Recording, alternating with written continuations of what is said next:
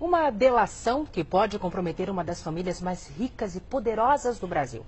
O ex-ministro Antônio Palocci guarda informações bombásticas. Elas podem dar origem a uma nova fase da Operação Lava Jato para apurar negócios da TV Globo envolvendo sonegação fiscal, empresas de fachada no exterior e negócios em contratos do futebol. Palocci quer falar, mas ainda não sabe se querem ouvi-lo. No escândalo que chacoalhou a política brasileira, uma delação causa pesadelo nos poderosos. O homem que comandou a economia quer contar tudo à Lava Jato. Ministro da Fazenda, deputado federal, chefe da Casa Civil. Antônio Palocci conhece como ninguém os bastidores dos negócios e das negociadas. Mas ele será autorizado a contar tudo? Porque a maior empresa de comunicação do Brasil, a Globo, teme a delação de Palocci? Uma notícia recente fez o império estremecer. Condenado e preso em Curitiba, o ex-ministro pode contar o que sabe sobre os negócios dos irmãos Marinho. Num depoimento ao juiz Sérgio Moro, em abril deste ano, Palocci insinuou que poderia comprometer uma grande empresa de comunicação que no passado esteve próxima de falir. A única situação que eu discuti com o BNDES Créditos foi em situações de empresas que iam entrar em falência, que eram empresas de grande porte no Brasil, e cuja falência poderia significar uma fila de falências de muita repercussão. Empresas da área de comunicação tiveram problemas sérios nesse período.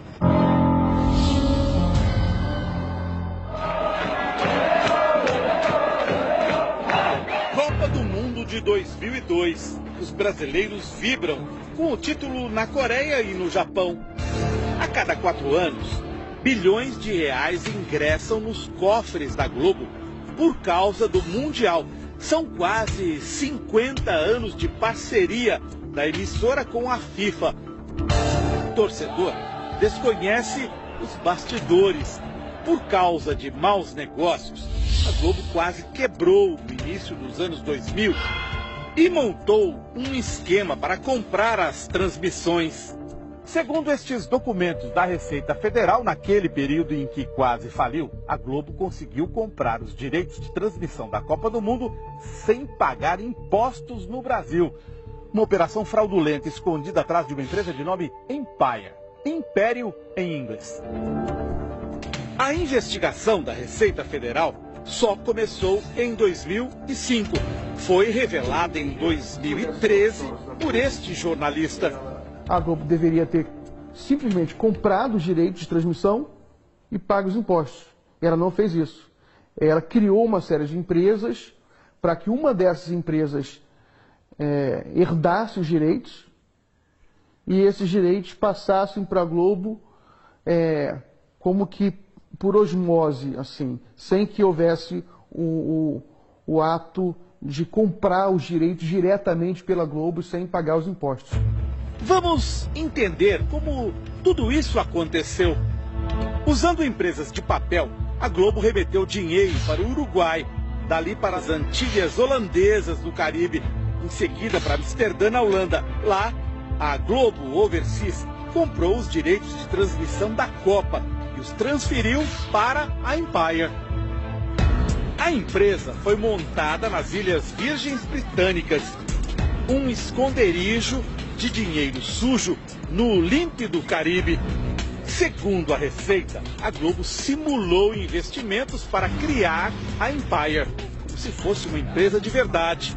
Mas era só fachada, funcionando neste endereço em Tortola, a capital das Ilhas Virgens. Assim que a Empire ficou com os direitos da Copa, ela foi dissolvida e seus bens transferidos para a Globo. Com essa manobra, a família Marinho deixou de pagar mais de 170 milhões de reais em impostos no Brasil. Então é no mínimo infantil uma empresa achar que pelo fato dela abrir uma conta corrente no exterior ou uma filial, ela escapa do cumprimento de obrigações acessórias, do cumprimento do pagamento do imposto de renda, do PIS/COFINS, do CID. Eu faço uma coisa que é tão óbvia, que é tão ingênua, tão infantil, porque eu tenho certeza absoluta que eu não vou ser pega. A Receita Federal acusou a Globo de simulação. Multou a empresa em 150% do valor do imposto sonegado. Pretendia processar um dos donos da emissora, José Roberto Marinho, por crime contra a ordem tributária. Quando a denúncia veio à tona, o valor devido pela família Marinho aos cofres do governo brasileiro, com multa e juros, já passava dos 600 milhões de reais. Foi então que aconteceu um episódio de cinema. Uma funcionária da Receita do Rio de Janeiro, Cristina Mares Ribeiro, que estava em férias, furtou o processo. Foi na véspera dele ser remetido ao Ministério Público Federal.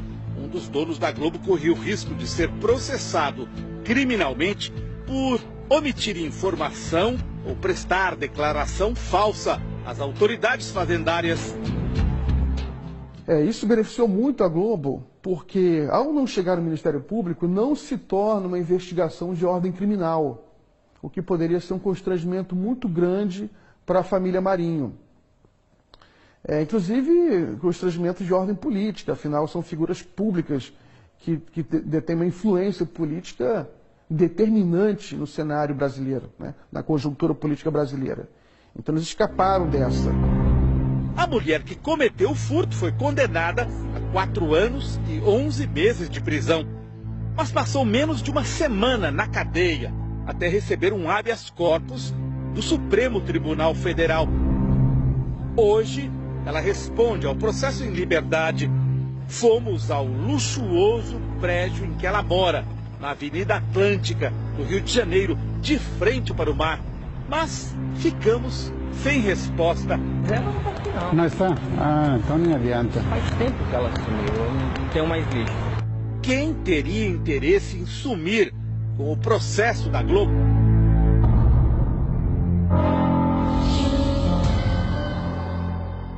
Estamos em 2014.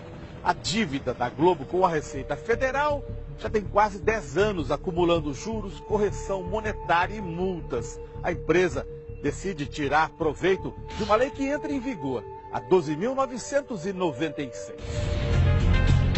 No papel, o objetivo era incentivar a inovação na produção de automóveis.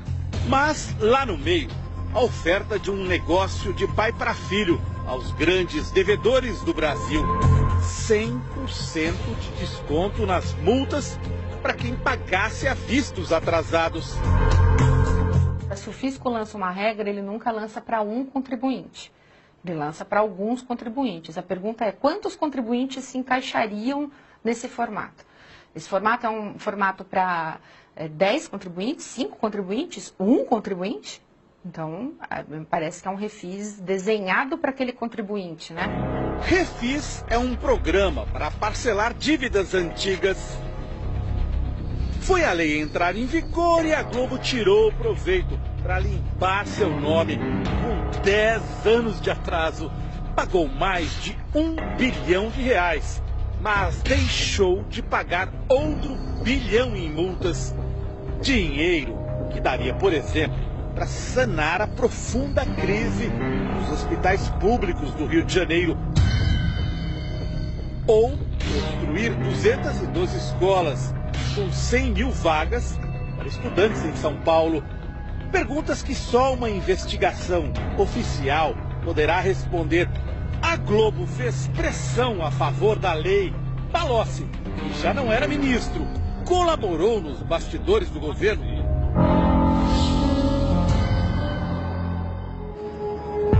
Outro episódio sobre a família Marinho envolve uma das herdeiras do Império, Paula. Janeiro de 2016. A Polícia Federal faz buscas na filial da empresa panamenha Mossack e Fonseca, em São Paulo. A Mossack Fonseca oferecia a brasileiros a criação de empresas no exterior, em geral usadas para esconder patrimônio ou sonegar impostos. A Polícia Federal apreendeu milhares de páginas como estas, com informação valiosa. Uma delas chamou a atenção dos investigadores. Traz o nome de Paula Marinho, filha de um dos donos da Globo, associado a 13 empresas criadas no exterior. Antes da descoberta, o jornal O Globo, da família Marinho, havia definido a empresa Mossack a serviço de ditadores e delatores. Pelas anotações apreendidas, Paula pagava valores mensais a partir de uma conta bancária pessoal para manter 13 empresas de fachada no exterior. A Venke, em Las Vegas, Nevada, Estados Unidos. A A+ Holdings, no Panamá. E a Juste, nas Ilhas Seychelles, costa oriental da África. Eram empresas ligadas aos negócios de Paula Marinho e do então marido dela, Alexandre. Sem concorrência pública, nos anos 90, o casal conseguiu a concessão do estádio de remo da Lagoa Rodrigo de Freitas. Numa das renovações do contrato, Paula assina como fiadora do marido. Nos últimos 20 anos, o estádio recebeu grandes investimentos de dinheiro público por conta dos Jogos Pan-Americanos e das Olimpíadas. Tornou-se um lucrativo centro de lazer, com restaurantes e cinemas, num dos cartões postais do Rio de Janeiro. Os donos da Globo afirmam que Paula Marinho nada tem a ver com os negócios de Alexandre, que agora é ex-marido dela. Se é assim, por que a herdeira da Globo sustentava 13 empresas de fachada no exterior? Além disso, descobrimos que João Roberto Marinho, a filha Paula e o genro Alexandre compartilhavam um endereço no Rio de Janeiro para a correspondência de suas empresas. Empresa Vaincre LLC. Fica aqui, por favor. No sexto andar. 610, não tem? Tem, mas esse apartamento tem mais de anos de fora. Nos documentos relacionados aos negócios da herdeira da Globo, Paula Marinho, e do marido dela, um nome se destaca. Lúcia Cortes Pinto aparece como diretora de uma das empresas de fachada no exterior e também num negócio envolvendo um helicóptero. Fomos ao bairro em que Lúcia mora, no Rio de Janeiro. Queríamos perguntar se ela é usada como laranja por Alexandre, Paula ou pela Globo. Laranja, no submundo dos negócios, é quando uma pessoa empresta o nome para uma operação ilegal. Nosso produtor não conseguiu localizar Lúcia. Está na rua. Ah, ela não está. Sabe que horas que ela volta? Sei não.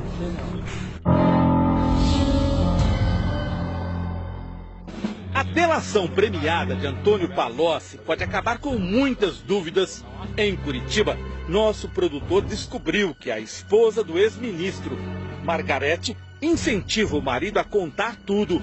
Recentemente, Palocci trocou de advogados, contratou um escritório que participou da delação do doleiro Alberto Youssef, uma peça-chave da Lava Jato.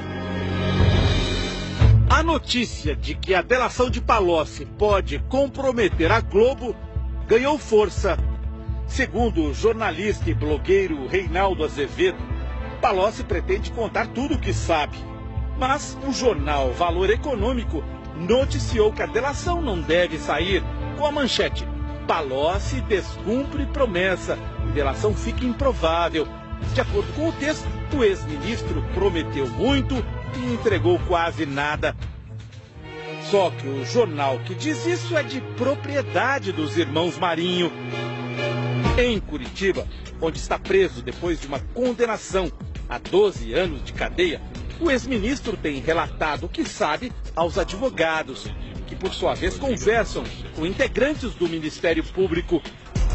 Segundo fontes do Domingo Espetacular, a Polícia Federal teria sido retirada do circuito pela Procuradoria-Geral da República. Integrantes da força-tarefa da Lava Jato denunciam pressões para não aceitar a delação de Palocci sobre a Globo. O Domingo Espetacular fez várias perguntas à TV Globo, mas não houve resposta. E os brasileiros também correm o risco de ficar apenas com as perguntas. Por que os procuradores rejeitaram a primeira tentativa de Palocci de falar sobre a Globo? Quais são os interesses de quem protege a família mais poderosa do Brasil? Você acha que a Globo tem poder de influenciar se uma pessoa vai delatar ou não no Brasil hoje? Tem. Eu acho que a Globo tem. Eu acho que a Globo tem. Ela criou, ao longo da sua história, e principalmente nos últimos 30 anos, mais ou menos, com a televisão, já vinha com jornal, com rádio, mas com a televisão principalmente, um poder que muitas vezes se coloca no mesmo nível, até além dos poderes da República. A pressão dela é muito grande. É uma pressão forte, é uma pressão política que pode sim evitar até delações.